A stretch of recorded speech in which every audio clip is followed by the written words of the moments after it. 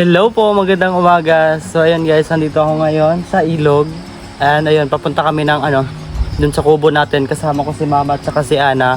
And yung gagawin namin ngayon is maghahanap ng yung tawag nun, yung nyog na tawag yung nahulog na. So need namin siyang ipunin kasi nga malapit na rin kami mag-cropping or mag-harvest. So need muna namin siyang ipunin bago magka-cropping ng nyog. So yung kasama ko maghanap ng mga nyog na yung nalaglag is si Mama at saka si Ana. And baka may konti rin akong gagawin dun sa kubo or tatapusin ko yung konting pipinturahan ko ng mga kahoy. So yun, let's go po. So yan yung mama ko. Asa kagi ma? Wala ay hugaw, ay kanang wala nasudlan sa tubig gabi eh. Then si Ana ayun, nagdala siya ng tubig and medyo malaki yung baha kagabi kasi umabot talaga siya dito.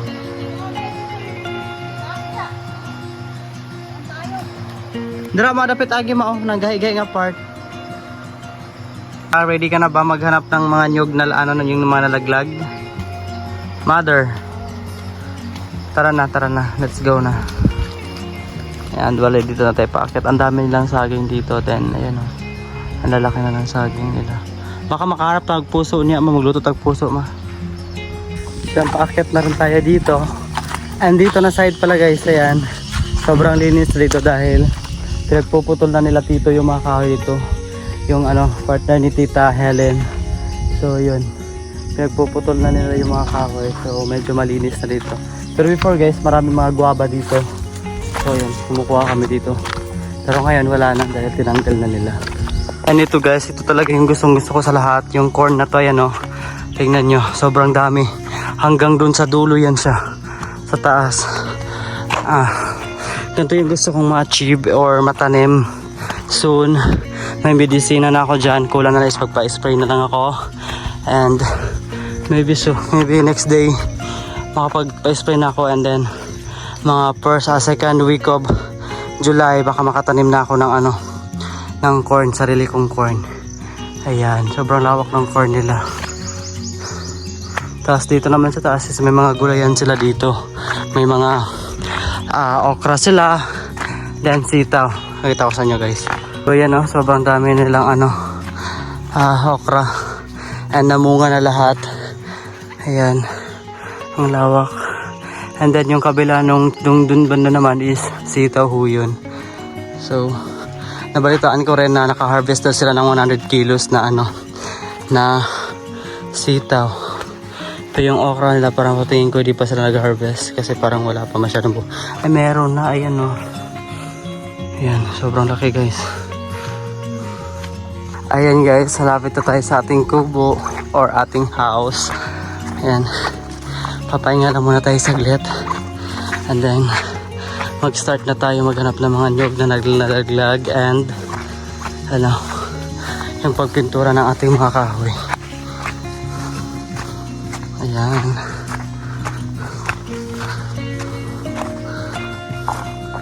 Nandito na kami. Papahinga lang unti. And ayun kasi na. So wala kaming dala ngayon. Hindi kami nagdala any food. Maghahanap lang kami ng sagi na pwede naming madala sa baba mamaya. Ayan. So yun guys, nandito na kami para maghanap ng mga niyog na nalaglag. And sayang din kasi to guys pag di mo pinulot. Or di kaya kasi minsan kasi guys may nangunguha ng nyog like kanto. And kailangan itong ipunin. Ayan, ito yung kasama niya. Ayan. Ma, asa mo? Dali naman sa boss. Ana, dali. Ayan.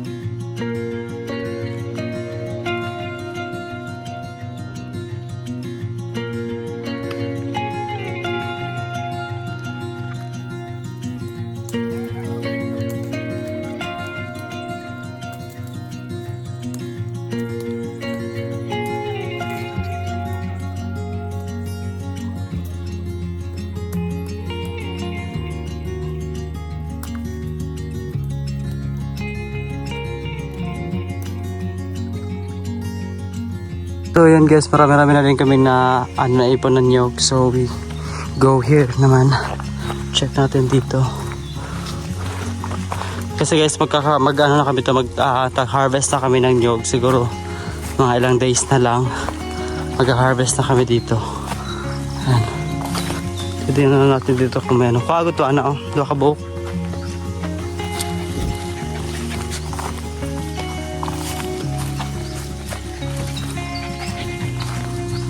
And guys, dito na kami banda. Ayun yung mga nyog dito. Ara, puna na dali. Yan, may mga nyog pa rin dito marami. So, pagkatapos namin dyan is magpuputol na kami ng kahoy doon kasi balak namin ni mama is magtatanim ng mga gabi dyan banda. So, need namin siyang tanggalin yung mga kahoy o putulin yung mga kahoy. Ito yung tatanggalin namin and hanggang doon yun sa taas. Pag halimbawa nalinis na namin to dito, yan, makikita ko na dito yung update kung ano yung mga look dito.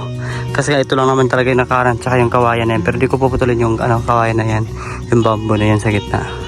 Kasi protection na din yan sa like tubig baha or tubig yung ulan pag lumakas. Pag malakas yung ulan, protection siya sa lupa. Ayan.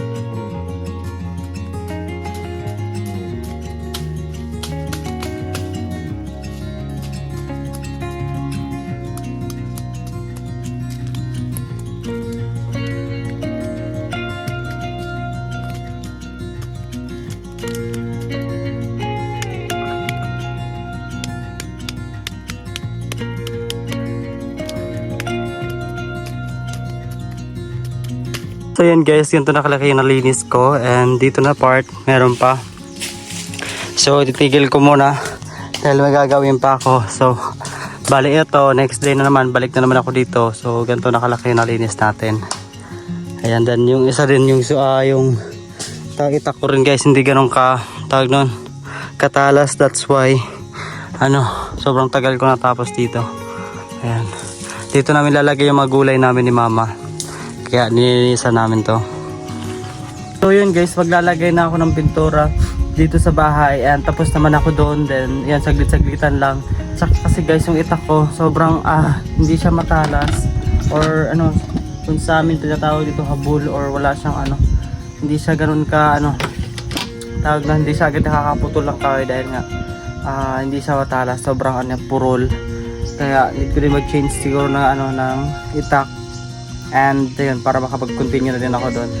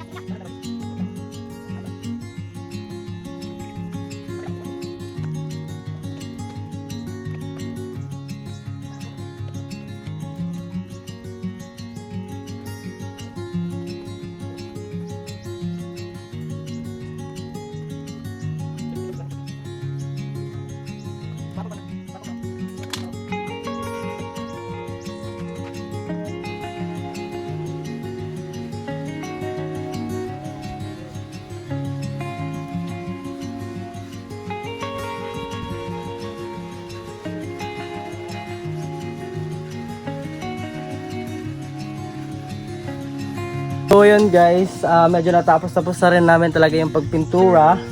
Ano yun, konti na lang and then si mama na yung nag-continue doon banda. So hindi ko na muna lalagyan tong dito banda sa may lalagyan ko ng mga plato. Kasi nga may kulang pa kasi dyan. So huwag muna natin siya lagyan. So yung nilagyan ko muna is yung mga ganito. Nalagyan ko na rin yan. Saka yung ilalim. Saka din sa likod nalagyan ko na. And then ang mother, continue pa rin siya. Ayan. So yun guys, pauwi muna kami and magluluto muna kami doon sa bahay ng saging dahil wala kaming ulam today. Ayan, ayun, magluluto lang kami ng saging. Saging lang tayo today, ma. So ayun, baba na muna kami. Ayan siya guys, nalagyan na namin yung mga kahoy ng pintura pati doon sa likod. Ayan. Ayan, manalagyan na natin dinner, di ba? Lipay na ka. Lipay? Malipay ka ha, kaya ibutan na itong pintura. Nindot na kaya itong balay. Kanalay ko lang, ako bala kung pwede pa na pintura. Yes, muna natin yan kung pwede natin lagyan ng pintura. Ayan, pababa na kami guys kasi magluluto muna kami ng saging ni mother. Nakay saging dito ma? Hinog? Ha? Oh, higataan na to. Okay. So yan, magluluto kami ng saging guys. Ayan guys, andito ako kila Donna ngayon and tinignan ko lang sila Donna. Dahil nagtanim sila ng lemongrass. Wow, grabe ang dami. Kadagan siya kita namday. Kasi yung aming bagong business ngayon. Okay. Totoo yun, nabebenta yan, di ba? Ano daw ngayon, 30 per kilo. Yes, so... Yung papa ko, inalis niya yung mga malalaking puno. I mean, isang talaga, buong tanglaran or lemongrass. And ayan, inilipat namin siya dito. Which is good to Donna kasi nga may bakante pa namang lupa. So, yes, bura na siya kugunan diri puhon pag budaghan ni siya. Yes, nindot siya tanawon. Ayan, galing na ako doon sa bundok guys, doon sa kubo ko and then pauwi kami kasi magluluto kami ng saging. And nagaya si Donna ng, ano saging, mag-usap ta Donna? Nag-fishing kami. Like, nung ginamit namin yesterday, sobrang laki talaga ng aming Pero dapat na siya kadina, ikugunahan mo na. Pero okay siya siya, Ha? may makuha ka, di ba Dennis? Okay, Gamit sige. tayo Dennis, no? And Okay. lilitaw yung ano niya, yung net. Okay. Sige, go. Bago yung nilagay namin instead of kadena kasi nga wala tayong kadena dito. Kaya okay din naman, makakahuli ka din. Sige, mamaya, sasama ko sa inyo. Katrina, asa ka ka? Naglaag-laag ka? Alin na diba? Asa ka ka? Nagtabang ka wala? Agay, nagtabang ka ila, Bebs? Wala ba? Wala di ay, sorry. Ka-extracta ba mo? Nagtabang wala? Wala di ay. Dali. So yun guys, babalatan natin tong saging dahil nalalagyan natin to ng gata. Tapos lagyan ng asukal. So muna yung kakain natin ngayong tanghali. Kasi wala kaming ulam, that's why ito lang muna. So good sa dito kasi nakakasupport na rin tayo sa mga pagkain. Buti nakauwi agad kami guys kasi nga umuulan na. Ayun, lulutuin natin to ng very quick. Pag naluto na natin to, kakainin na natin dahil ito naman talaga yung pakain natin kaya tayo nagluto para kainin. Diba? So yun guys, nabalatan ko na lahat. So need natin hiwain hatiin sa gitna para mas dumami pa siya. Kasi marami yan. Yan. Pakita mo na. Yan, hugasan lang natin ito. Kasi medyo...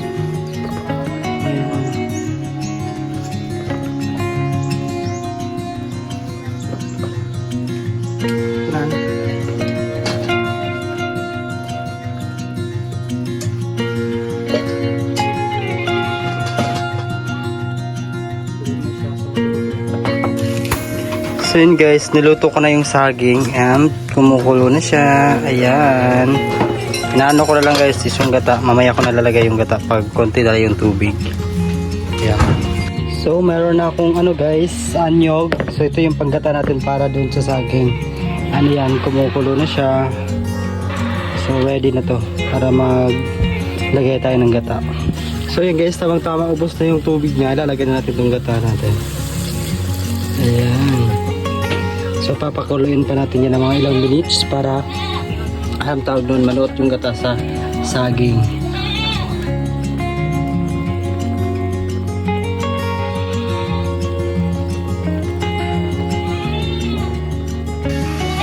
Ayan guys, check na natin kung gaano na karami yung tubig niya. Ayan. Nalagyan ko na rin pala ito ng asukal guys, kaya ganito na siya. Oh my god, gusto pala yung gata.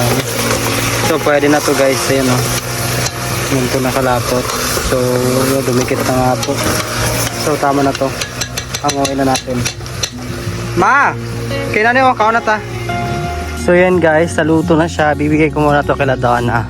Kasi marami din akong nagawa. And bibigyan din kila Tito. Andyan kasi sila Ladonna.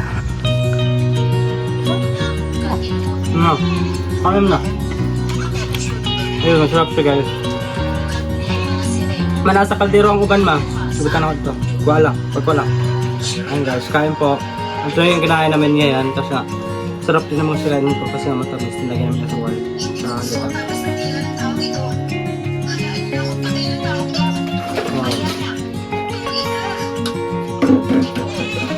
So yan guys, ito na magtatapos yung vlog ko. And ayun, maraming salamat po sa lahat ng nanonood, sa lahat po ng supported ko, at sa lahat po ng mga aking subscriber. So ayun guys, don't forget to like, share, and comment. And ayun guys, malaking tulong na po yun sa amin. And yun lang, bye-bye!